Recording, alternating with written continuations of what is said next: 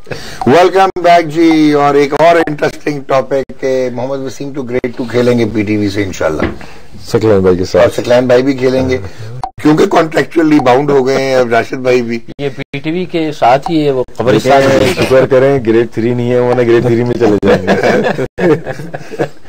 Okay, now coming on to this Hamilton match. New Zealand आपके ख्याल में सिर्फ उनके लिए आसान है, Todd Astle leg break bowler को छोड़ेगा और रॉस टेलर आ जाएंगे, दैट्स ऑल। आपको क्या लगा कि उनके bowlers where did they lose it? हाँ, मेरे ख्याल से शाहिद आफरीदी के बाद जब वो बैटिंग करने आया था वहां से मोमेंटम चेंज हो गया था। पाकिस्तान में 14 ओवर में 115 रन से आए थे, 113 रन थे।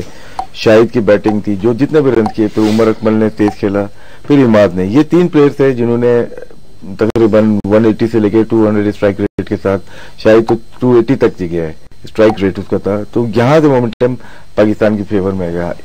एक कंसर्न है, पहले प्रोग्राम में भी यही कहा था कि हम फिनिश नहीं कर पा रहे ठीक तरीके से। ये तीनों ही आउट हो गए थे 2 ओवर पहले। अगर इनमें से एक आखिर तक जाता तो मेरे ख्याल से 185 190 तक रन हो सकते थे। तो इस पे काम करना पड़ेगा थोड़ा सा। ये नहीं है कि हर बॉल पे आखिर में हम लोग हर बॉल पे मारने चले जाते हैं। डोमेस्टिक में भी हमारा यही प्रॉब्लम है और इंटरनेशनल में भी यही है कि बस फील्ड नहीं देखते, सिर्फ हम गैप देख के वहां पे टाइम करें। जो रजाक था, गुड फिनिशर था, वो फील्ड को देख के वहां गैप में मारता था, लेकिन जब वो मिडिल करता था गेंद बाहर ही जाती थी। बहुत कम होता था कि उसका कि बॉल। मिसबा भी ऐसे ही खेला, मिसबा भी ऐसे, मिसबा भी। तो ये दोनों कह सकते हैं आपके अच्छे फिनिशर हैं।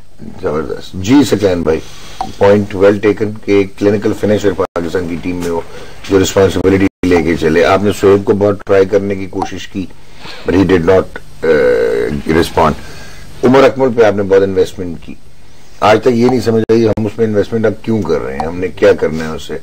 आप गुज़िश्ता 20 मैच उठा के देख लें, it's not how much he gets, उसकी इंपॉर्टेंस क्या रह जाती है जिस वक्त आप आउट हो जाते हैं और टीम जो है वो सफर करती है। How do you see that?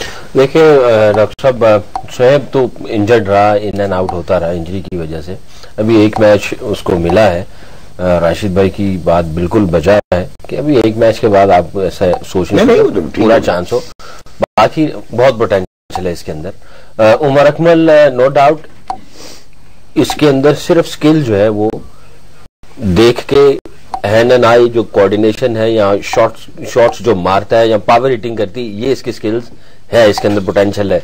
बाकी जैसे मैं अक्सर कहता रहा कि सिर्फ गेंद और बल्ले की ही नहीं है, दिमाग की भी है, बहुत ज्यादा इनसाइड है। जैसे इंसान के अंदर से रूह निकाल दो वो मर जाएगा, रूह असल चीज है, जिस्म जो है वो सेकेंडरी चीज आ जाती है। अंदर की इसकी मेहनत की जाए, कोई मेंटोर हो जो इसको बताया जाए, जो इसका जहन बनाए, गेम प्लान इसको बताया जाए, इसको बताया जाए कि तेरी स्ट्रेंथ क्या है और उस स्ट्रेंथ के ऊपर उसके ऊपर काम किया जाए। इसका मेंटल जो काम कर लिया गया ना, मेंटोरिंग इसकी कर ली गई, तो मैं समझता हूं कि इसकी टेक्निक या गेम को आगे लेके जाने इसके अंदर आ जाएगी। अगर ये काम नहीं होगा सकलैन भाई, इसके ऊपर इसकी कहा नहीं रहेगी। हम हमेशा ये कहते हैं कि, बल्कि राशिद और आप भी इसमें आवाज हैं, ये कहते हैं हम कि जी वेस्ट जो है वो बहुत सिविलाइज्ड है और वो बड़े मेथड्स हैं उनकी और इंस्टीट्यूशंस हैं जिसकी वजह से उनके पाथवेज आइडेंटिफाइड है, मेंटोरिंग बड़ी होती है। श्रीलंका, इंडिया, बांग्लादेश, पाकिस्तान को कहा जाता है कि इनका कल्चरली मेंटोरिंग का कभी भी ऐसा नहीं रहा। इंडिया में भी बड़ी डर्टी पॉलिटिक्स है। विराट कोहली एक लड़का वो देखते हैं अंडर 19 में, टैटू बने हुए हैं, पार्टी बॉय है, ठीक है, एटीट्यूड उसका है ही नहीं, हिटे मारता है, वो उसको पिक करते हैं उसके टैलेंट पे। उमर अकमल 115 वनडे नेशनल खेल के 200 करता है, और जब विराट के 115 वनडे नेशनल्स थे तो उसके 1600 थे, जिसमें से 12 में उसने इंडिया को जिताया हुआ था। अगर वो हार्नेस करके उसको इतना उसने उसकी वो जो नेगेटिविटी थी उसको पॉजिटिव बना दिया, वो जो उसकी सेल्फ पोजेशन, सेल्फ कंसीट कि मैं सबसे बड़ा हूं, उसको उन्होंने पॉजिटिव कर दिया, उसकी एग्रेशन को। तो आपके सामने तो ये एक लिविंग सैंपल्स है कि अब ब्रेंडन मक्कलम जो है ड्रग्स पे गैम्बलिंग में और बुरी तरह नेगेटिव माइंडसेट का आदमी था, जो कि मजाक में क्रिकेट खेलने आता था एज ए डिस्ट्रैक्शन, डोप्ड आता था, स्टोन्ड आता था, उसको कहां से कहां उन्होंने पहुंचाया। न्यूजीलैंड के भी इतने फाइनेंशियल रिसोर्स नहीं है, अभी फिर 64 नॉट आउट है, विराट कोहली तीसरी सक्सेसिव 50 है। हाँ बिल्कुल, थर्ड सक्सेसिव हाफ सेंचुरी। आप बिल्कुल सही। अभी किसी ने सोशल मीडिया पे भी एक तस्वीर लगाई हुई है, आशीष नेहरा विराट कोहली को किसी क्लब में वो कोई प्राइज दे रहा है और वो उसकी उम्र छोटा सा बच्चा है और दे आशीष नेहरा रहे और अब टाइम ये आ गया कि ये आशीष नेहरा का कप्तान है और वो उसके अंडर खेल रहा है। बहरहाल एनीवे आप बिल्कुल सही फरमा रहे हैं। मैं ये समझता हूं कि जैसे उमर अकमल की बात चल रही है, आप जब इस लेवल पे आ जाते हैं तो 50-50 काम, मैं ज्यादा भी हो सकता है मगर 50-50 ये है कि एक बंदे को आपने जो उसकी स्किल्स थी उसके ऊपर आपने पाकिस्तान में लेके आगे उसको,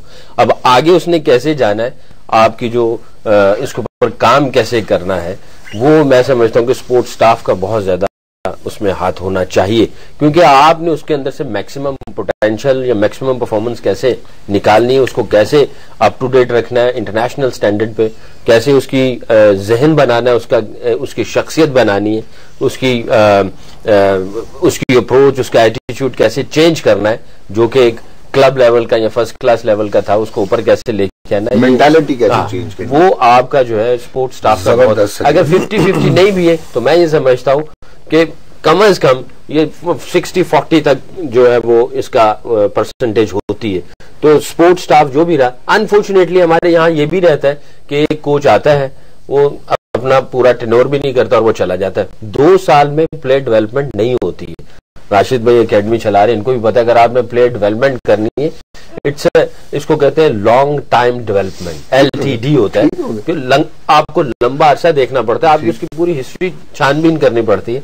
हमारे जो प्लेयर्स आ जाते हैं नेचुरल टैलेंट पे आते हैं, अल्लाह उनको जो इज्जत दे रहा है नेशनल टैलेंट पे, हम कह रहे हैं मगर ऊपर वाला जो काम जाता है ना, नेचुरल टैलेंट रिक्वायर्ड नहीं है ना, नेचुरल तो आ गए आप, यानी वो स्किल्स की बात हो रही, गेंद और बल्ले की बात हो रही है। आप क्या कहते हैं जी? हम बेसिक डेवलपमेंट की बात करें, वो अब रोहित शर्मा पे इंटरनेशनल लेवल पे नहीं होती। अच्छा आप डेवलपमेंट की आप बात करें, इंटरनेशनल टीम में आने के बाद ये सर एक और चीज सुन लेना, इंडिया ने भी ये किया, रोहित शर्मा का पोटेंशियल देखते हुए जब उन्होंने उसको ब्रेक इन करवाया, रोहित के बारे में कहा जाता है कि टेक्निकली और मेथड वाइज वो विराट से बेहतर है, बट टेम्परामेंट लैक करता था, उसके फेलियर्स भी हुए रोहित शर्मा के, but they persisted with him, they instituted everything, इसको ड्रॉप भी किया लेकिन स्क्वाड में रखा, now he has turned into gold. देखिए हमारा जो प्रॉब्लम एक है ना कि जो पर्सनल थिंग्स होती हैं ना लोगों की, मतलब प्लेयर्स का किसी बाल बनाने, किसी ने कोई टैटू बनाना, अब मकलम का सिर्फ चेहरे के अलावा बाकी जिस्म का कोई हिस्सा नहीं है जिसपे टैटू ना बना हो, बिल्कुल ठीक है, लेकिन क्रिकेट बोर्ड को या उसके मैनेजर को या कोच को nothing to do with that. हमारे यहाँ ये कल्चर है कि कोई लड़का समझ जूते पहन लिए थे तो फाइन कर दिया था अगलों ने उमर अकमल को, ये जूते किस किस्म के पहने हुए, इसमें बात हो गई थी। अब उसमें ऐनक पहन रहा है, कुछ जल लगा, अमित इमरान जो ताहिर है उसका केस हमारे पास सबसे बड़ी मिसाल है कि उस दौर में मैं भी खेल रहा था क्रिकेट, सिलेक्टरों से मुलाकात भी थी, इसका एटीट्यूड ठीक नहीं है। वो क्या था, सिर्फ उसने बॉल कभी नीले रंग के होते थे, कभी इन चीजों पे आप प्लेयर को जज करें, ऑन फील्ड आप उसकी परफॉर्मेंस ही देख रहे हैं, उसकी जो अप्रोच टुवर्ड्स द गेम है वो नहीं देख रहे हैं। उमर अकमल का भी एट टाइम्स हमने देखा है कि सिलेक्टर्स ये चीजें भी कहते हैं, लेकिन अगर वो इफेक्ट कर रही है उसकी गेम को फिर ठीक है, अगर नहीं कर रही है, अगर वही चीज उसके मतलब उसको पॉजिटिव वे में लेके जाती है कि अगर उसने यहाँ पे कुछ लगाया हुआ है और उसकी वजह से वो परफॉर्म कर रहा है तो आपको तो खुश होना चाहिए, you should encourage him more. वरना तो क्रिस गेल को एक मैच नहीं खेलना चाहिए था। एग्जैक्टली, तो ये चीजें थोड़ा सा आजकल जो कर्टली भाई ने फैशन किया हुआ देखा, थोड़ा सा पूरी टेंट करा ली उन्होंने और एक उन्होंने लंबी स्ट्रीक नीचे तक रखी। बैटिंग की आप जो बात करें थोड़ी सी शॉर्ट सिलेक्शन पे हमारे प्लेयर्स को कि पिचेस के हिसाब से, अगर आप देखें अहमद शहजाद को आप देखें और इमाद वसीम को आप देखें कि जो शॉट्स उन्होंने मारे हैं यहाँ की पिचों पे वो लग जाते हैं। अब इमाद का मिड ऑफ ऊपर था, एक्स्ट्रा कवर भी सर्कल में था, उसने ऊपर से मारने की कोशिश की है लेकिन बाउंस ज्यादा वो क्लियर नहीं कर सका, पेस भी थोड़ी ज्यादा, अगर यही पाकिस्तानी पिच पे था ये शॉट आपका लग जाना था उससे। लेकिन इसमें प्रैक्टिस की बहुत ज्यादा जरूरत है। इन हमारी जो कोचिंग स्टाफ है थोड़ा ध्यान इनको देना पड़ेगा। उमर अकमल जैसे कि अब सबको पता है, हमने भी आइडेंटिफाई किया वो एक ही तरफ खेल रहा है, तो वाई नॉट उसको उस तरफ की ज्यादा लंबी प्रैक्टिस करवाई जाए और प्लेयर्स को भी ये कह देना चाहिए कि ये आपकी स्ट्रेंग्थ है, अगर उसको नहीं भी याद आ रहा ना उस टाइम तो उसको रिमाइंड करना चाहिए ये शॉट तुम्हारा नहीं, पहले एक चौका फिर छक्का और फिर उसने तीसरी उधर ही पकड़ा दी। तो गेयर शिफ्ट जो करते हैं ना, मतलब वो है ना कि डॉट डॉट डॉट और उसके बाद आप मतलब उमर अकमल मेरे ख्याल से बेस्ट फॉर्मेट खेल रहा है, T20 का गुड प्लेयर, और उसको टीम में सिलेक्शन की वजह उसकी पावर है, इसमें आपको पावर चाहिए होती है। जैसे शाहिद आफरीदी और दूसरा उमर अकमल को कह सकते हैं कि ये पावरफुल प्लेयर है। और टेक्निकली जो टाइम करते हैं वो हमारे पास नीचे प्लेयर हैं, मतलब टॉप ऑर्डर पे हमारे प्लेयर मौजूद हैं। लेकिन 10 ओवर के बाद हमें पावर हिटिंग की जरूरत पड़ती है, तो उसमें उमर अकमल को कह सकते हैं कि वो बाउंड्री से बहुत दूर बॉल को फेंकने की सलाहियत रखता है, बाकी शायद इतनी ना रखते हो, जिसकी वजह से इसके सिलेक्शन बनता है। वनडे क्रिकेट में ये कहना कि 115 मैच खेल लिए, 2 सेंचुरीज हैं, मेरे ख्याल से इसको पीसीबी ने वर्कआउट जरूर किया होगा कि ये रन कहाँ पे बनाता है, स्पिनर्स पे ज्यादा रन, कितनी परसेंटेज है स्पिनर्स पे बनाया, कितनी परसेंटेज है फास्ट बॉलर पे, और कहाँ पे ज्यादा आउट हुआ।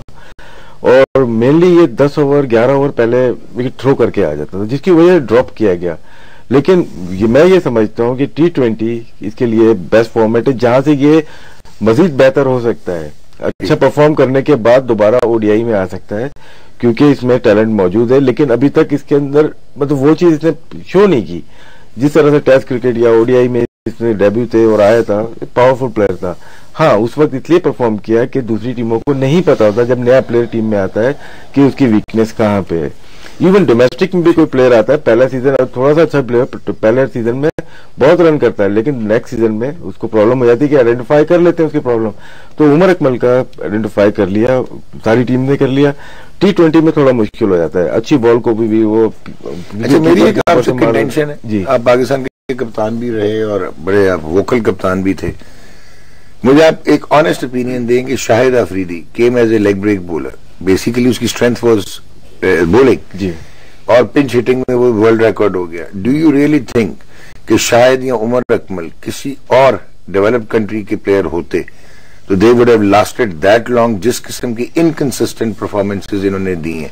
मैं ये नहीं कह रहा कि शायद मैच विनर नहीं रहा, शायद has been the biggest star in the last 20 years, लेकिन आप समझते हो कि ये मिसमैनेजमेंट है और प्लेयर आपने डेवलप ही नहीं किए? 2 चीजें हो सकती थी डेवलप कंट्रीज में, या तो ये 1 साल के अंदर ड्रॉप हो जाते या ये वहां के भी सुपरस्टार बनते। होता है, गेल की मिसाल सामने ही है ना। गेल को अगर शाहिद अफरीदी को यूटिलाइज हमने भी सही किया है, जहां पे हमने देखा है कि बाउंसी विकेट पे प्रॉब्लम आ गई है, इसको बाउंसर करते हैं, ऊपर चली जाती है बॉल, तकलन बहुत ज्यादा खेला है शाहिद के साथ। उसके बाद क्या हुआ, इसको हम लेके आ गए नीचे, ठीक, 7 नंबर 6 नंबर, वहां पे अच्छा परफॉर्म किया, इसने वर्कआउट किया अपनी बॉलिंग पे, और बॉलिंग में अच्छा परफॉर्म किया, फील्डर अच्छा था जिसकी। और उमर अकमल का मेरे ख्याल से ड्रॉबैक ये हुआ कि बॉलर नहीं था।